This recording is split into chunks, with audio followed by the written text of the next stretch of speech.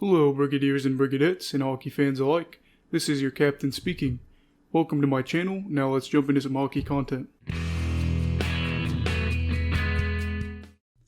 Hello everybody, we are actually finally done with the series previewing every NHL team.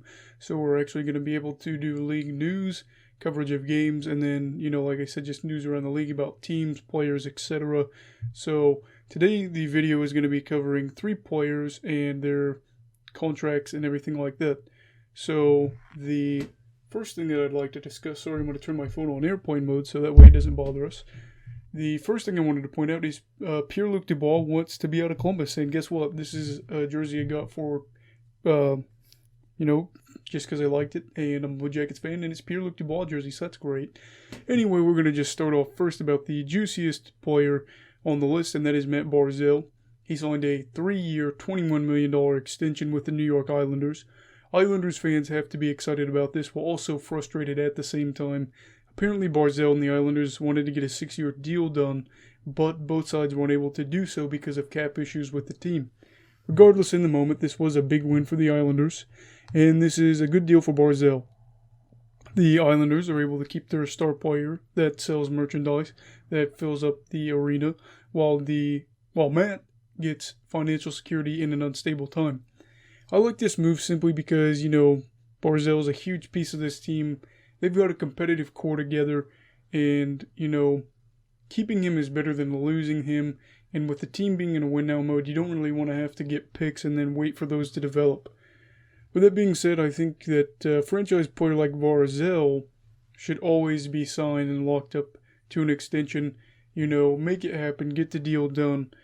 I'm not a fan of long-term deals, but I think a 5-year deal would have been great for both sides. I would have actually broke tradition, and I would have actually given him a 6-year deal. I don't like anything over 5 years, but I would have given him a 6-year deal just because he's about to enter his prime. I don't think his play is going to fall off within 6 years. But, they got a deal done, but got done for both sides. For a team that's in win-now mode, this is a good deal. It just came in time for the season to start, and the Islanders really couldn't afford it to not have Matt, since, they're in hockey's hardest division. They needed him, and so it's good to see him obviously skating around and getting training in, and obviously getting the feel for, his legs underneath him. Overall, this team has a lot of star players, or good players, locked up for 2 more years, and I'd be happy to see the Islanders have some eventful moments in that time, as long as it doesn't come at the expense of the Blue Jackets or the Canucks. Barry Trotz knows how to get the most out of his guys, and he's going to need Matt to be a leader and continue to do what he's done so far. He's actually shown a lot of leadership, I feel like. Especially last year, I thought it was a great year for him to show he can be a leader of a team. So I actually really like that. And then Islanders fans, why don't you treat yourself? Go out and get a Barzal jersey. You've really earned it. Now, the second topic we're going to talk about, this one could get heated. Pierre-Luc Dubois has been the talk of the league right now. He suddenly wants a trade, and he wants to play in a bigger market. I would just like to say, Dubois would hate to be on my team if I was a GM, because I'd send him to the worst market that he could possibly go to. Right now, I just want to send him to a no-man's land type team with a small market and that doesn't have the best outlook. Honestly, if I was a GM, I'd probably ship him off to Arizona. No offense, Arizona fans, but let's be real. Come on now. And say have a nice life, because this is just really frustrating. It just seems like as a Blue Jackets fan, every time we have a good thing going, someone has to complain and ruin what we have. This team has got so much potential. Let me just name this off for you. Dubois, Bjorkstrand, Texier, Atkinson, Domi, Booty, Bimstrom, Jones, Werenski, Gavrikov, Korpisalo, Merzlinkins. We've got some guys. We have got some talent on this team. And it just feels like, we have got some depth. And we're such an underrated team, I think. And just when I got hope for the future, Dubois has to go and complain about where he's at. He's literally getting paid millions of dollars to play a game we'd all play for free. And it just annoys me to my core. If we trade him, I'd rather it be sooner than later, just because I'm annoyed with him. And I'm so sick of him saying, oh, we've had talks. My agent and I have had talks with the team. First of all, I don't know, call me old-fashioned or whatever. I hate sports agents. Literally, they never do anything positive for the team. It's always the benefit of the player. And I know somebody's probably going to come on in here and say, yes, blah, blah, blah, because the player is going to get, jerked around by the team. You know what, buddy? You're getting millions of dollars a year. It's just,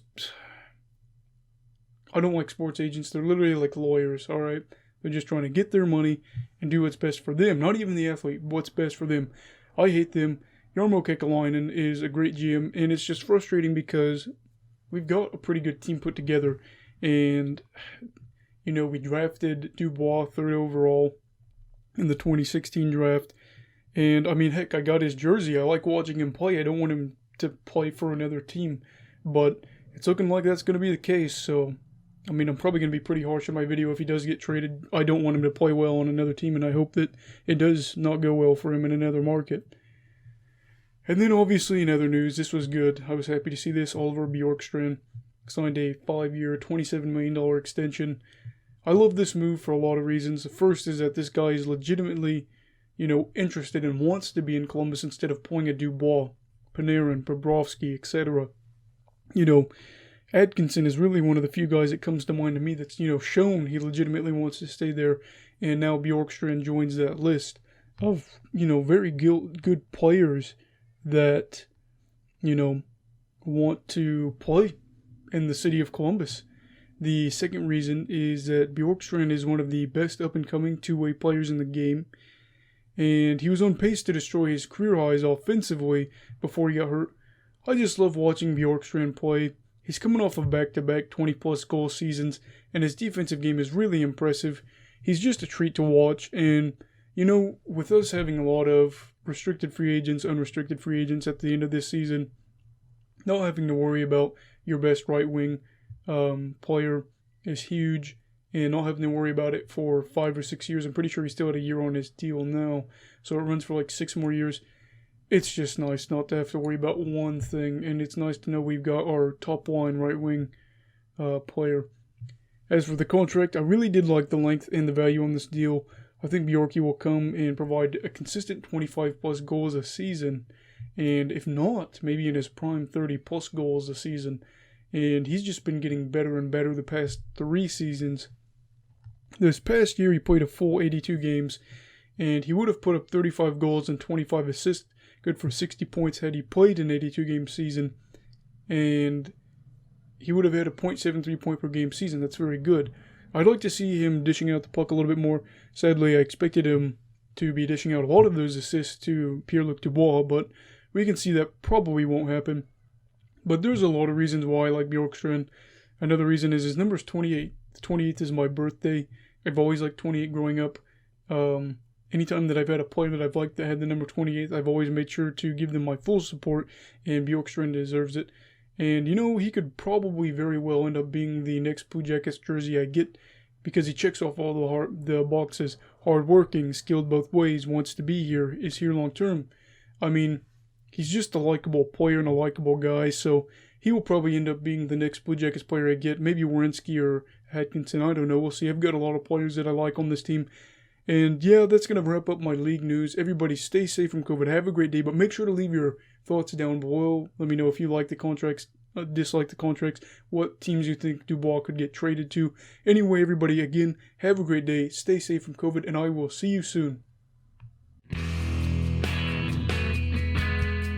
Goodbye, Brigadiers and Brigadettes, and hockey fans in general. This is your captain signing off. Have a great week.